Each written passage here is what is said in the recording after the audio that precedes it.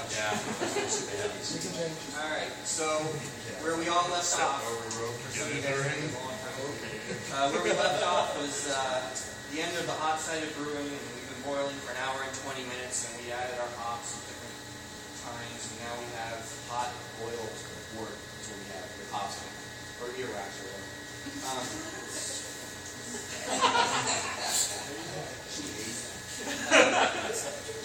I'm just joking about it. Okay? Something my mom did when we were very little. She said, "You ever do some earwax or else I'm around?" She faked something. She was like, when we all did it. So now you like forever live that song. So that's where that joke comes from. It's disgusting. Alright. So anyway, so we boiled it for an hour, 20 minutes, and now we shut the burner off. And the hot side is almost over. We turn our hats around, like I said, like that, move it over the top. You watch that arm. So now we're going to be yeast farmers, all right? We still don't have alcohol, by the way. All we have is hot, boiling, sugary, hoppy stuff. And so now we cool down this boiling wort. We cool it down really fast by running it through a heat exchanger.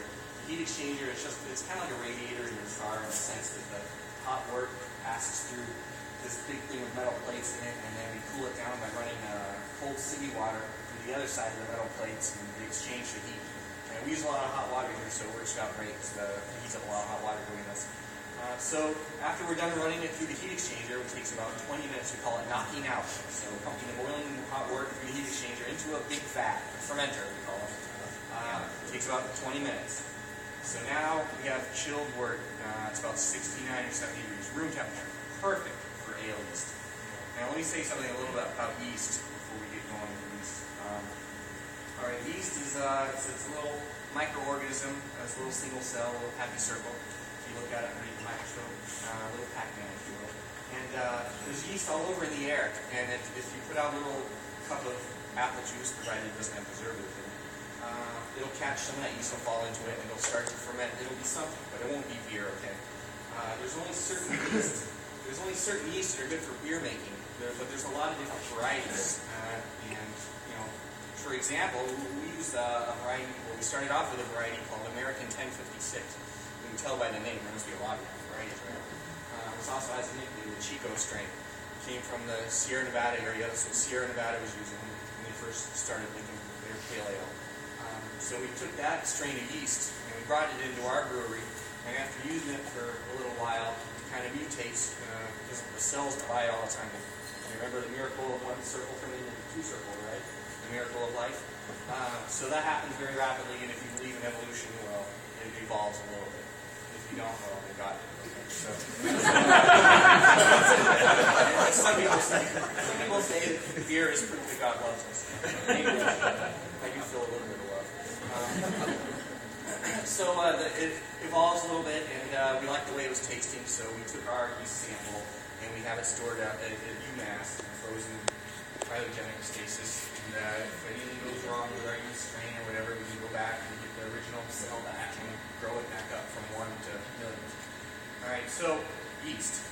By the way, any alcohol you make or drink or whatever, whether it's whiskey or tequila or whatever, wine, you have to have some kind of sugar to begin with, whether it's sugar from potatoes, sugar from grapes, or from cactus, or whatever it is. You have to have sugar from something, and then you have to have some yeast. The yeast eats the sugars, and it's in an alcohol. Without the yeast, you're not going to have any alcohol, period. So you got to have some sugar, you got to have some yeast. But like champagne yeast makes champagne. Wine yeast makes wine, right? All different kinds of yeast. So here in this brewery, we have the ale yeast, the Chico strain, EDC house yeast. So the vat's filled up from the kettle. It's sitting there at 70 degrees. Well, now it's time to inoculate that vat with our yeast. Basically, we add a couple 5-gallon buckets of what we call yeast yogurt. It looks like yogurt. So we just plop it in there, inoculate, and we add a little oxygen to the vat. What that does is it gives the yeast some oxygen for cellular respiration, and the cells start dividing very rapidly. After about 24 hours, there's like 50 million yeast cells per just a little thimbleful size of that stuff. There's so many yeast cells. starting to eat the sugars and turn it into alcohol. It's very important. Yes. They poop alcohol. They poop alcohol. Yes. They poop alcohol in fart bubbles. That's what I was saying. Piss, shit, whatever they do, that's their byproduct. Yeah. Fart jokes are always fun. So anyway, after 24 hours, after the stuff's been inoculated, alcohol is starting to form and the yeast is starting to go crazy. And you can actually, if you open the lid, you'll see it's like churning around in there. There's a lot of activity, a lot of gas being given off, and a lot of alcohol being created. It takes about a week for the stuff to ferment out. And every day we take a sample and we taste it and measure the viscosity or how heavy it is with sugars. When we first make the sugars, when we first get the kettle boiling, we take a sample, we know exactly how much sugar is in there. We basically float a little bobber in the stuff, and wherever the bobber floats, that's how thick it is with sugars, right? It's not thick like syrup, right? It's just thick, heavier than water. And as alcohol is being created during the week, it thins it out, so it gets closer and closer to the thickness of water. So that's one way to measure how much alcohol is being created. And during the fermentation, a lot of biological heat is being created. So all of those fermenters have chilling jackets on them to keep that temperature at 69 or 70 degrees, which is perfect for the environment for the yeast. All right.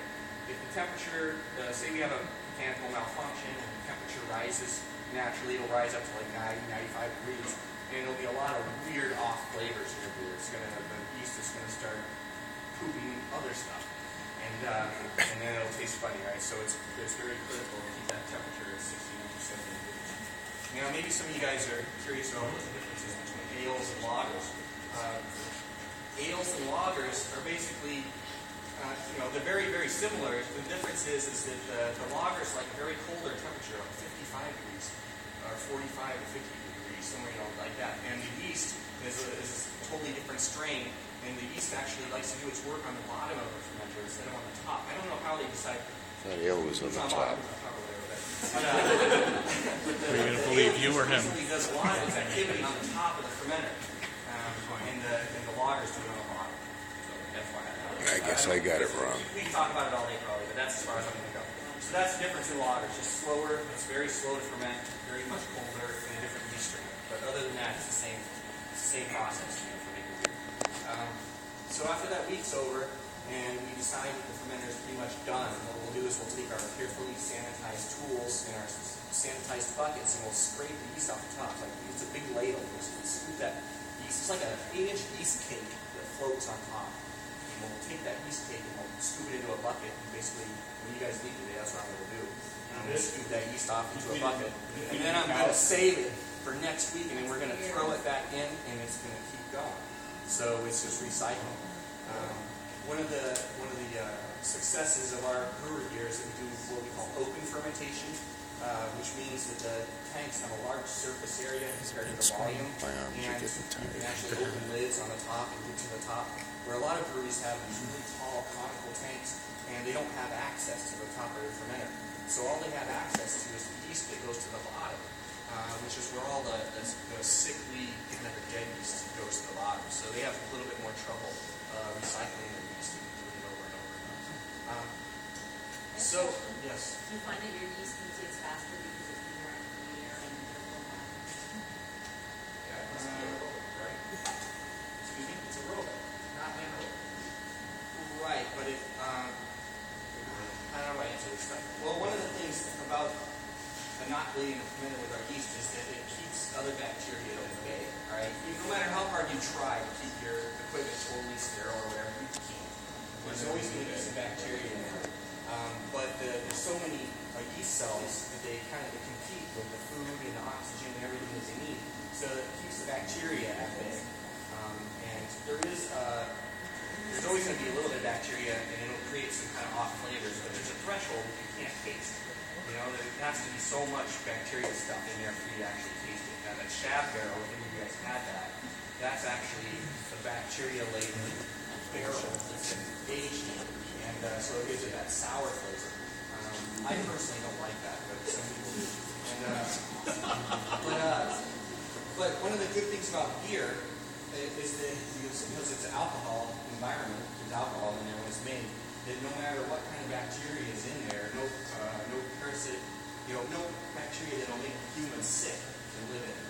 So no matter what, if the zombies come out and whatever happens, you can find beer in the same clean, okay? So if your clean water goes bad, well, you got beer. So where was I? So we were talking about fermentation, and I inoculated it. It's been about a week. So what happens is basically at the end of fermentation, the yeast actually gets drunk too. It gets drunk on its own stuff, and it goes to sleep and sinks to the bottom of the fermenter. It gets tired, just like the rest of us do when we do things, right? So it goes to the bottom. And so when we deem that the fermenter is done and we save the yeast off the top, we tell our computer to go ahead and start chilling that vat. And we let it sit chilling for about 24 hours. And what it does is that any yeast that's still thriving in the alcohol environment, still eating or swimming around, it gets cold now, so it makes it go to the bottom. The reason why we try to do that is because we don't filter our beer here at Berkshire Brewing Company. So letting the yeast go to the bottom helps us clarify our beer at the end. So after a day of it being cold and the yeast goes to the bottom, then we carefully draw that beer off. It's now beer, it's not word. We draw that beer off into a ignition tank. That cold room you guys walk through has a lot of tanks in there, and there's a lot of tanks out in the middle of the brewery there. Those are all just cold storage tanks. And that beer goes into those cold storage tanks and sits there for a couple weeks. And during that couple weeks, the more yeast settles out to the bottom, and it gives the flavors the chance to mature. It's hard to explain what that is, but if you have a beer that isn't mature, it tastes green, we call it, and it's just not ready yet. So during that week, the flavors do change a little bit, and the flavors mature. So after they've matured, then we can move that beer again into another clean tank, leaving the yeast behind again, and then we can carbonate our beer. Now, carbonation is the bubbles, the CO2 bubbles in your beer, and it also plays a role in flavor. A highly carbonated product would be a Coca-Cola, right? So carbonated, it feels like it's burning your tongue when you drink it. So the level of carbonation definitely plays a role in your flavor, if you will. Generally speaking, darker beers can handle a lower carbonation. Lighter beers want a little bit more carbonation. But in general, Americans like bubbles, so we like carbonated stuff. We're from Europe and we like flatter beers, but that's just the way the culture differences. So even though CO2 is given off during fermentation, we let it fly away because there's a lot of other gases given off during fermentation. Stuff that smells like farts, hydrogen sulfides or whatnot, and we let those fly away, and it's just better if it can breathe. That's what we feel. So we let those gases go away.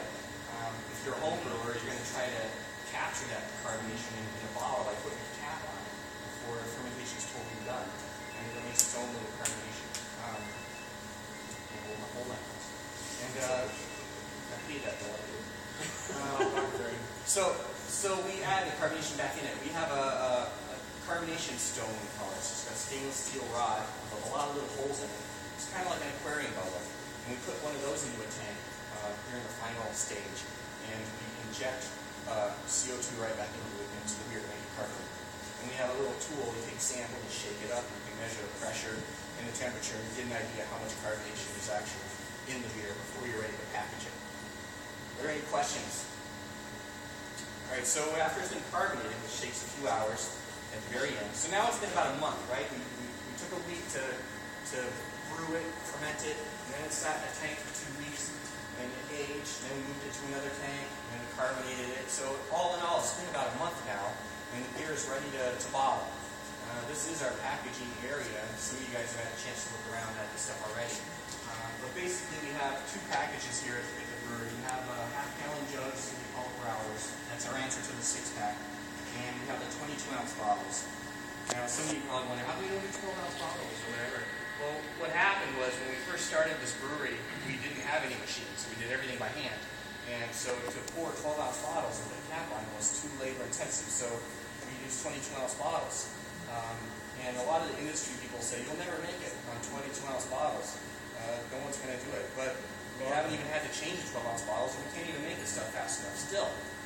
So 22-ounce bottles seems to make sense for us. And personally, I can drink a 12-ounce bottle without 2 sips.